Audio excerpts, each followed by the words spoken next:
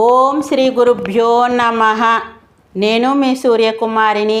తెలుగుతన అమ్మతానం ఛానల్కు స్వాగతం అండి. అవుతేనండి, మాఘపురాణం అనేటువంటిది వీడియో తీయటం జరుగుతోంది కదండి. 3వ అధ్యాయానికి 3వ రోజు మాఘపురాణం అనేటువంటిది చదువుతానండి.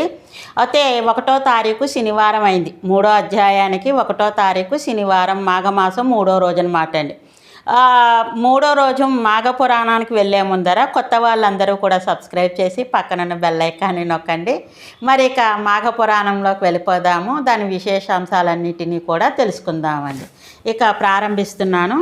మరి 3వ అధ్యాయంలో గురుపుత్రిక కథ అండి. అంటే గురువు గారి యొక్క పుత్రిక అయినటువంటి కథని చెప్పటం అనేటువంటిది జరుగుతోందండి. మంగళదాయిని సర్వమంగళ అంటే మంగళదాయిని అంటే మంగళాలను, అంటే మనకి అన్ని శుభాలను ఇచ్చేటువంటిది మంగళదాయిని అంటాం అన్నమాట అండి. అందుకోసమే మంగళవారం అంటే అశుభాన్ని పోగొట్టి శుభాన్ని కలిగించేదే మంగళవారం అండి. అదనమాట. కాబట్టి సర్వమంగళ మాఘమాస స్నాన ప్రభావముచే పూర్వమొక బ్రాహ్మణ పుత్రిక పాప విముక్తి అయి తన భర్తతో హరి సాన్నిధ్యమును పొందినది. హరి యొక్క సాన్నిధ్యంలోకి వెళ్ళిపోవటం అనేటువంటిది జరిగిందని అని శివుడు పార్వతీదేవితోటి చెప్తున్నాడనమాట అండి. పార్వతీదేవి, స్వామి, ఆ బ్రాహ్మణ పుత్రిక ఎవరు? ఆమె చేసిన పాపమేమి? మాఘస్నానమున పాప విముక్తి నందిన అంటే పొందినటువంటి విధానమేమి వివరముగా చెప్పగోరుచున్న అడిగిందనమాట అండి. శివుడిట్లు పలికెను. ఆ విధంగా అడిగినప్పుడు శివుడు ఈ విధంగా పలకటం అనేటువంటిది జరిగింది. దేవి వినుము. పూర్వము సౌరాష్ట్ర దేశమున బృందారకమనే గ్రామంలో సుదేవుడనే బ్రాహ్మణుడు ఉండేవాడు. సౌరాష్ట్ర దేశం అండి, దేశం పేరు. అలాగే బృందారకం అనే అంటే బృందారకము అనేటువంటి ఒక గ్రామం ఉంది. అందులో సుదేవుడు అనే బ్రాహ్మణుడు ఉండేవాడనమాట. అతడు సదాచారవంతుడు అంటే ఆచారాన్ని విడనాడినటువంటి వాడు కాదు, తన ఆచారాన్ని చేసుకుంటున్నటువంటి వాడు. వేదశాస్త్ర పండితుడు. అతనికి శిష్యులు చాలామంది ఉండేవారు. అంటే గురువు గారు అంటే ఇప్పుడు మనం వేదాలు అధ్యయనం అది ఉంటుంది కదండి, శిష్యులు అనేటువంటి వాళ్ళు ఉంటారు కదా. ఆ విధంగా శిష్యులు చాలామంది. వారు గురుసేవ చేస్తూ విద్యాభ్యాసం చేస్తూ ఉండేవాళ్ళు.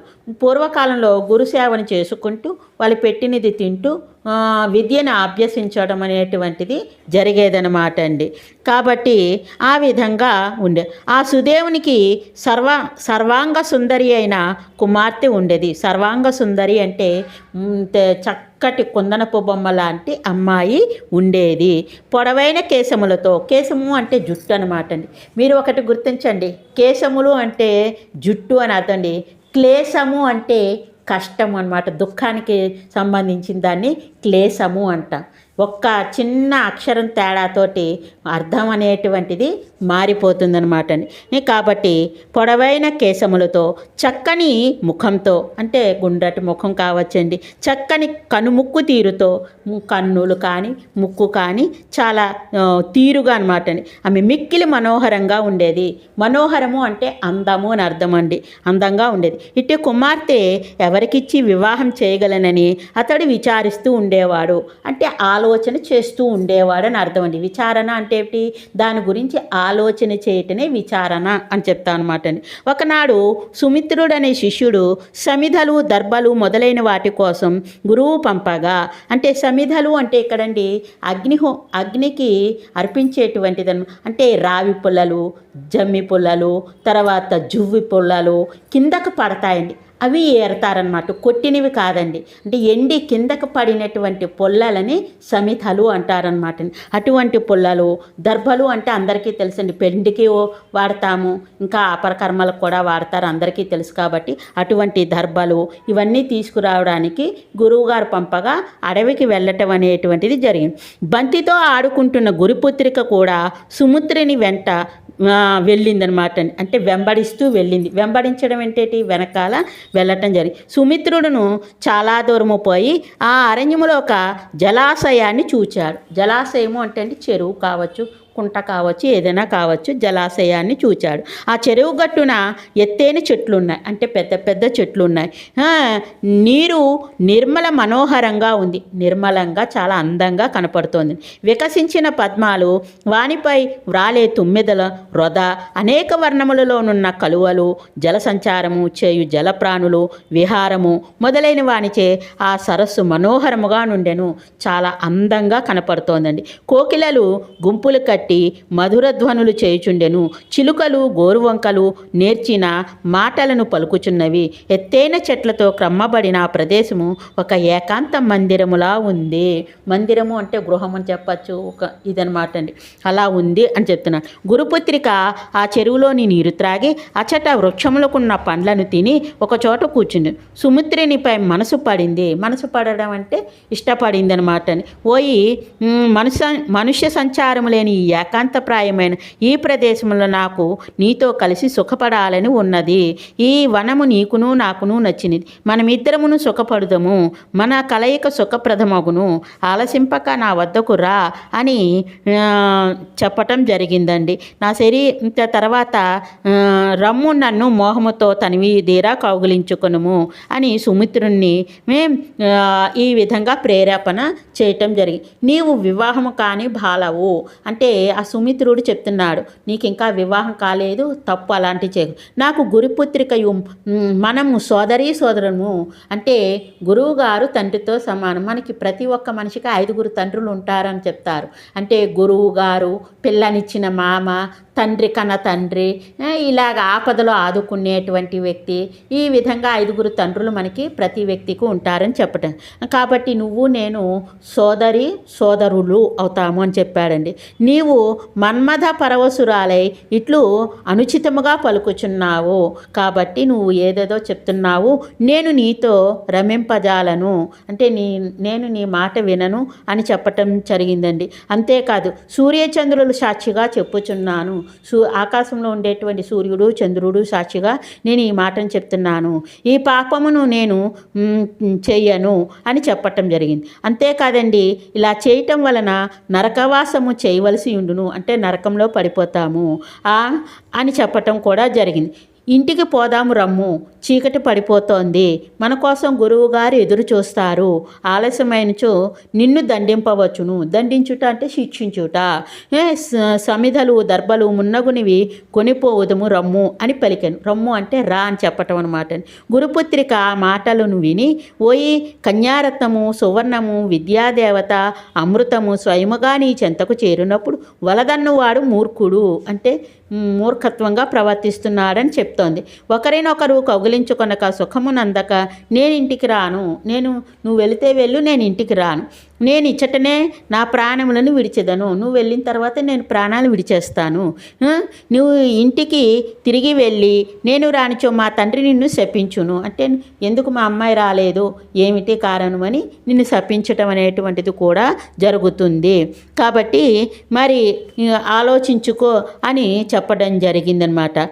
నీవు ఇంటికి పోయి దీని ఫలితము అనుభవింపమని నిష్ఠూరముగా మన్మదావేశంతో మాట్లాడు. సుమిత్రుడును ఏమి చేయవలనో తెలియని స్థితిలో ఉండెను. చివరికి అతడు గురుపుత్రిక కోరికని తీర్చుటకు అంగీకరించాను. వారిద్దరను పద్మములతో పుష్పములతో చిగురుటాకుల మన్మథశయ్యను తీర్చుకొని మనోహరమైనటువంటి ఆ వాతావరణంలో సుఖములను అనుభవించిరి. వారిద్దరను తృప్తి పడిన తర్వాత సమిధలు మున్నగు వాణ్ణి తీసుకొని గ్రామమునకు బయలుదేరాను. గురు శిష్యుడు తెచ్చిన సమిధలు మున్నగు వాణ్ణిని చూచి ఆనందపడేను గురువుగారు. పుత్రికను చూచి నీవు చాలా అలసినట్లున్నావు, మధురాహారాన్ని తిని విశ్రాంతి పొందుము అని లోనికి పంపించాడు. ఆమెయు అట్లే అని లోనికేగిను. తండ్రి ఆమెను కాశ్మీర దేశవాసియగు బ్రాహ్మణునికిచ్చి వివాహం చేశాను. అంటే కొన్నాళ్లకు వివాహం అనేటువంటిది చేయటం. కొంతకాలమునకు ఆమె భర్త మరణించను. ఆమె వివాహమైన తర్వాత భర్తను కోల్పోయి నేలపై పడి దుఃఖించుచు నా కుమార్తెను చూడలేక సుదేవుడును మిగులు దుఃఖించను. ఆయన కూడా బాధపడి, అయ్యో సుఖములను అందవలసిన వయసులో ఈ వైధవ్యము కలిగినదేమి, ఈమెకిట్టే బాధను కల్పించిన బ్రహ్మ ఎంతయో మూర్ఖుడు కదా అని పలు విధాలుగా దుఃఖించుచున్నారు. ఇట్లు సుదేవుడు సుదేవుడు వాని భార్య దుఃఖించుచుండగా దృఢవ్రతుడను యోగి ఆ ప్రాంతమును తిరుగుచు సుదేవుని రోదన ధ్వని విని అతడు అక్కడికి రావటం జరిగిందండి. జ్ఞానస్వరూప, నీ దుఃఖమేమియో చెప్పుము, నీ దుఃఖమునకు పోగొట్టేదనని ధైర్యం చెప్పాటండి. అప్పుడు సుదేవుడు తన దుఃఖ కారణమును చెప్పి మరలా దుఃఖించాడటండి. యోగి సుదేవుని వాని భార్య పుత్రికలను చూచి క్షణకాలము ధ్యానయోగమునంది ఇట్లు పలికాటండి. ఓయి వినుము, నీ కుమార్తె పూర్వజన్మలో క్షత్రియ కులమున జన్మించినది. వ్యభిచారిని అయి చెడు ప్రవర్తన కలిగి ఉండెను. సౌందర్యవతి యవనవతి అగు ఈమె తన జారుల మాటలను విని తన భర్తను వధించడం అంటే చంపేసిందండి. భర్తను వధించి భయపడి శోకించి ఆత్మహత్య చేసుకున్నాను. ఈమె కూడా ఆత్మహత్య చేసేసుకుంది. ఈమె పతిహత్యను ఆత్మహత్యను చేసినది. ఆ దోషము వలన ఈమెకు ఈ జన్మముని ఇట్టి వైధవ్యము కలిగింది. మరి ఇట్టి ఈమె పవిత్రమైన నీ వంశముని ఎట్లు జన్మించినదా అని నువ్వు అనుకోవచ్చు. నీకు సందేహం కూడా కలగవచ్చు. దానికి కారణము కలదు, వినుము. ఈమె తన పూర్వజన్మములో మాఘమాసమున సరస్వతీ నదీ తీరమున, మనకి సరస్వతీ నది ఉంది కదండి, ఆ తీరమున గౌరీ వ్రతమును ఆచరించు వారితో కలిసి వారు ఇసుకతో చేసిన గౌరీదేవిని పూజించుచుండగా ఈ వ్రతము చూచినది. ఆ పుణ్య బలమున ఈమె పవిత్రమైన వంశమున జన్మించింది. అదండి ఆ కారణం ఏమిటంటే అండి, ఈ వంశంలో జన్మించడానికి గౌరీదేవి అంటే ఇసుకతో తయారు చేసిన గౌరీ. మనకి బాసర చూడండి, అది ఇసుకతోటి చేసిన సరస్వతీదేవి అండి. ఆ విధంగా అన్నమాట. కాబట్టి ఈ జన్మమందున ఇని వంశంలో జన్మించడం జరిగింది. ఈ జన్మమందున స్త్వైరణీయై నీ శిష్యునితో అధర్మముగా రమించను అంటే ఆమె కోరికతోటి నీ యొక్క శిష్యునితో రమించటం జరిగింది. ఈ దోషములన ఈమె తన కర్మఫలములను ఇట్లా అనుభవించుచున్నది. చేసిన కర్మము అనుభవింపక తప్పదు కదా. ఎటువంటిదైనా సరే అండి, మనం చేసే పని దానికి మంచి అయితే మంచిని అనుభవిస్తాం, చెడు అయితే చెడుని అనుభవిస్తాం. ఆ కర్మఫలం అనేటువంటిది తీసివేయబడదు అనేటువంటిది గ్రహించుకోవాలి. అంటే మనం చూడండి, ఒక్కొక్కసారి అనుకుంటాం గొడ్డలితోటి పెద్ద ప్రమాదం తప్పింది, చిన్న దెబ్బ తగిలింది అని. అంటే అర్థం ఏమిటండి, నీకు పెద్ద ప్రమాదం జరగవలసినటువంటిది ఉన్నప్పటికీ కూడా నీ యొక్క దైవారాధన, నీ యొక్క మంచి పనుల వల్ల ఆ యొక్క గండాన్ని తప్పి చిన్న కర్మను అనుభవించటం అనేటువంటిది జరిగింది అనేటువంటిది మనం గ్రహించాలండి. అంతేకాని కర్మ అనేటువంటిది పూర్తిగా తొలగిపోదు. శ్రీకృష్ణ పరమాత్ముడు అంతటి వాడే ఏమని చెప్తాడు, మనం రామాయణంలో రాముడుగా వాలిని అదే చెట్టు చాటు నుంచి కొట్టబడేం కాబట్టి ఆ కర్మఫలం కృష్ణావతారంలో బోయవాని యొక్క చేతిలో బాణం బొటకని వేలికి తగిలి ఆయన నిర్యాణం చెందటం అనేటువంటిది జరిగిందండి. అంటే ఇటువంటిది గ్రహిస్తే మనం చేసే పనులు అంటే ఒక్కోసారి చెడు చేస్తూ ఉంటాం, చెయ్యమని చెప్పటం మానవ మాత్రం కోపం వస్తుంది, దుఃఖం వస్తుంది, ఈర్ష్య ఉంటుంది, అన్నీ ఉంటాయి. కానీ దాన్ని మనము తగ్గించుకునేటువంటి ప్రయత్నం చేస్తూ మంచి మార్గంలోకి ప్రవేశించటం అనేటువంటిది మన కర్తవ్యంగా భావించుతూ ఉండాలండి. అప్పుడప్పుడు మనం ఇలాంటి పురాణ గాథలు, గుడికి వెళ్ళటం, ఇలాంటివి పిల్లలకి చెప్పటం, ఇటువంటివి చేస్తే మంచి అనేటువంటిది పెరుగుతూ ఉంటుందన్నమాట. ఆ విధంగానే చెప్తున్నాడనమాట అండి. ఎంతటి వాళ్ళైనా కర్మఫలాన్ని అనుభవించక తప్పదు కదా. సుదేవుడు యోగి మాటలను విని చెవులు మూసుకుని తన కుమార్తె పూర్వజన్మలో పతిహత్య ఆత్మహత్యలకు పాల్పట్టుటేను ఈ జన్మలో కన్యయ్యై సోదరతుల్యుడైన తన శిష్యునితో రమించుటను విని మరింత దుఃఖం చెందెనమాట. యోగికి నమస్కరించి, తండ్రి, నా కుమార్తె చేసిన పాపము ఏమీ చేసినా పోవును, ఆమె భర్త జీవించుట ఎట్లు జరుగును, దయ ఉంచి చెప్పుడని పరిపరి విధములు అప్పుడు ఆ యోగి, ఓయి విద్వాంసుడా, నీ కుమార్తె చేసిన పాపములు పోటుకు ఆమె మాంగళ్యము నిలుచున్నట్లు చేయుటకు ఒక ఉపాయం కలదు. శ్రద్ధగా వినుము. మాఘమాసమున ప్రాతస్నానం చేసి ఆ నదీ తీరమున కానీ సరస్తరీమున కానీ ఇసుకతో గౌరీదేవిని చేసి షోడశోపచారాలతోటి పూజింపదు. అంటే 16 ఉపచారాలతోటి పూజించవలను. సువాసినులకు దక్షిణతో నా గౌరీదేవిని సమర్పించవలను. ఈ విధముగా ఈమె ప్రతిదినము చేయింపుము. అంటే మాఘమాసం అంతా కూడా చెయ్యాలన్నమాట.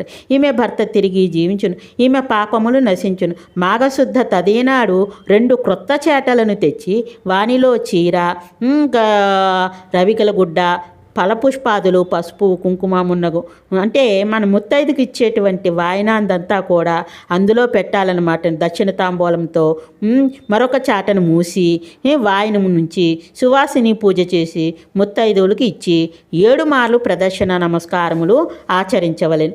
ఆ సువాసినికి షర్షోపేత భోజనము పెట్టి గౌరవించవలెను. మాస ప్రాతకాల స్నానముల చేతను పైన చెప్పిన వ్రతాచరణము చేతను ఈమెకు పాపక్షయము కలుగును. అంటే క్షయము అంటే నశించుట అని అర్థం. ఈ పాపం అనేది నశిస్తుంది. భర్త పునర్జీవితుడై ఈమె మాంగళ్యము నిలుచును. అంటే భర్త మరలా బతకడం అనేటువంటిది జరుగుతుంది, మాంగళ్యము నిలుస్తుంది. మాఘ స్నానము చేసిన విధవరాలు విష్ణులోకమును చేరును. అంటే భర్త మరణించినటువంటి స్త్రీ ఎవరైతే ఉంటుందో ఆమెను అందుకోసం అండి ఎంత పవిత్రత పదాన్ని వాడారంటే అండి పెద్దలు పూర్వీకులు, గంగా సమానురాలైన, గంగ ఎంత పవిత్రత అందరికీ తెలుసండి. అంతటి పవిత్ర కలిగినది ఆ యొక్క భర్త మరణించిన స్త్రీ అని చెప్పటం అనమాట అండి. అందుకోసం ఉత్తరాలు అవి రాశాడు, గంగా సమానురాలైన అని చెప్పేవారు. స్త్రీల మామూలుగా పునిసంటే మహాలక్ష్మి సమానురాలైన అని సంబోధించేవారనమాట. ఈ విధంగా ఉండేది. కాబట్టి మాఘస్నానం యొక్క గొప్పతనాన్ని గురించి చెప్పటం జరిగిందనమాట అండి. ఈ మాంగళ్యాన్ని నిలుపుకోవటం అని. పిచ్చివారు మూర్ఖులు మాఘస్నానం చేసినచు వారెట్టివారైనను హరియను గ్రహము నుండి చిరకాలము సుఖించి పుణ్యలోకం. పిచ్చివారు కావచ్చు, మూర్ఖులు కూడా మాఘస్నానం చేస్తే వాళ్ళ మార్పు అనేది కలిగి హరి యొక్క స్థానాన్ని పొందగలుగుతారండి అని యోగి వివరించి తన దారిన పోయెను. అంటే ఆ యోగి అలా చెప్పేసిన తర్వాత తన యొక్క వచ్చిన తోన వెళ్ళిపోయాడనమాట. సుదేవుడు యోగి మాటలను నమ్మి, మనం ఎవరైనా చెప్తే మనకి మంచి జరుగుతుందంటే అందులో చేయటంలో తప్పు లేదండి, ఇది మంచిదే, ఇది ఎవరికీ హాని కలగదు అనుకున్నప్పుడు ఆ కార్యాన్ని మనం చెయ్యొచ్చు అనమాట అండి. తన కుమార్తెచే మాఘస్నానమును, గౌరీ పూజ, విశిష్టమైన కాత్యాయని వ్రతమును భక్తి శ్రద్ధలతో చేయించును. మరి కాత్యాయని వ్రతము మనకి రుక్మిణీదేవి కూడా ఆచరించింది. అందుకోసమే మన యొక్క గౌరీదేవి ఆలయానికి వెళ్ళటం, పూజ చేయటం అనేటువంటి తెలుసుకున్నాం కదండి. అందులో ఉంటుంది, నమ్మితి నామనంబున సనాతనులైన యుమా మహేషులన్ మిమ్ము పురాణ దంపతులుగా మేలు భజింతు గదమ్మ, మేడి పెద్దమ్మ దయాంబురాశి గదమ్మ, హరింబతి సేయుమమ్మ, నిన్ను నమ్మిన వారికెన్నటికి నాశము లేదు గదమ్మ ఈశ్వరి అని మనకి ఈ యొక్క పద్యాన్ని రుక్మిణీ కళ్యాణంలో చెప్పటం అనేటువంటిది జరిగిందనమాట. ఈ విధంగా మనం కాత్యాయని వ్రతం అది కూడా చేసుకోవచ్చు అని చెప్పటం జరిగిందండి. అంతేకాదు ఇంకా వైకుంఠానికి చేరటం అనేటువంటిది యోగి మాటలతోటి భక్తి శ్రద్ధలతోటి చేయించాడు. కాత్యాయని వ్రత మహిమ చేత సుదేవుని కుమార్తె పాపములు పోయి ఆమె భర్త పునర్జీవితుడవటం జరిగిందండి. ఆమెయు చిరకాలము తన భర్తతో సుఖించి తన తల్లిదండ్రులతోనూ భర్తతోనూ కలిసి దేహాంతమున వైకుంఠమునకు చేరెను. అంటే దేహం యొక్క అంతమైపోతుంది కదా, ఆ తర్వాత వైకుంఠానికి వెళ్ళటం చేరిందనమాట అండి. కావున మాఘమాసమున ప్రాతకాల స్నానము నదిలో కానీ సరస్సును కానీ కాలువ కానీ చేసి తీరమున శ్రీహరిని నర్చించి సుదేవుని అమ్మలగన్నమైనటువంటి ఆ గౌరమ్మను కూడా పూజించటం జరిగింది. సుదేవుని పుత్రిక వంటి వారైనను ఇహమున సర్వసుఖములంది పరమున వైకుంఠవాసులగుదురని సుమాయుని శివుడు పార్వతీదేవికి మాఘ స్నాన మహిమను సోదాహరణముగా వివరించును. అంటే వైకుంఠవాసులగుదురని ఆ శివుడు పార్వతీదేవికి చెప్పటం అనేటువంటిది జరిగిందనమాట అండి. ఇది 3వ అధ్యాయం యొక్క ఫల విశేషము. మరి ఇందులోని తప్పులుంటే ఒప్పులుగా భావించండి. ఈ యొక్క 3వ అధ్యాయం యొక్క ఫలము పరమేశ్వరార్పణమస్తు. హరి ఓం శ్రీ గురుదేవ దత్త. మరి తప్పులను ఒప్పులుగా ఉంటే భావించి కరుణతో కటాక్షించమని ఆ పరమేశ్వరుని వేడుకుందాము. అంతేకాదండి, ఈ యొక్క వీడియోని చూసి అందరూ కూడా సాధారణంగా లైక్ చేసి షేర్ చేసి తర్వాత మీ మనసులోని మాట కామెంట్స్లో తెలియజేసి ఈ పెద్దమ్మని ఎంకరేజ్ చేయండి. మరి మరొక వీడియోలో మరొక అధ్యాయంతో మీ ముందుకు వస్తాను. మీ సూర్యకుమారి. అందరికీ కూడా ధన్యవాదాలు. సర్వే జన సుఖినో భవంతు. ఓం శాంతి శాంతి శాంతి.